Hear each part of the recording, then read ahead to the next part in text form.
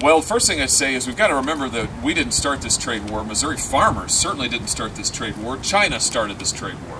And they started it a long time ago. They have systematically abused and weaponized the free trade system for really decades now.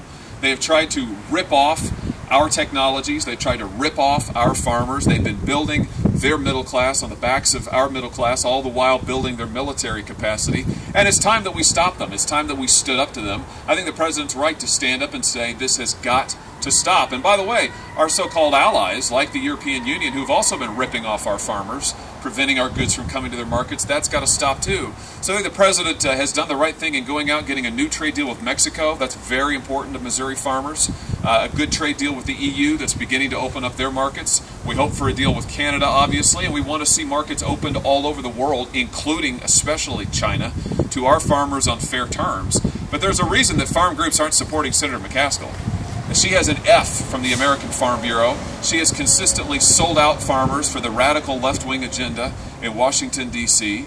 And now she's doing nothing to help them. I mean, where has she been for the last 12 years when farmers have needed her? I tell you what she's been doing. She's been imposing environmentalist regulations like Waters of the United States and siding with the D.C. lobbyists and the radical left-wing rather than with Missouri farmers. That's wrong, and that's another reason why she's going to get sent home come November.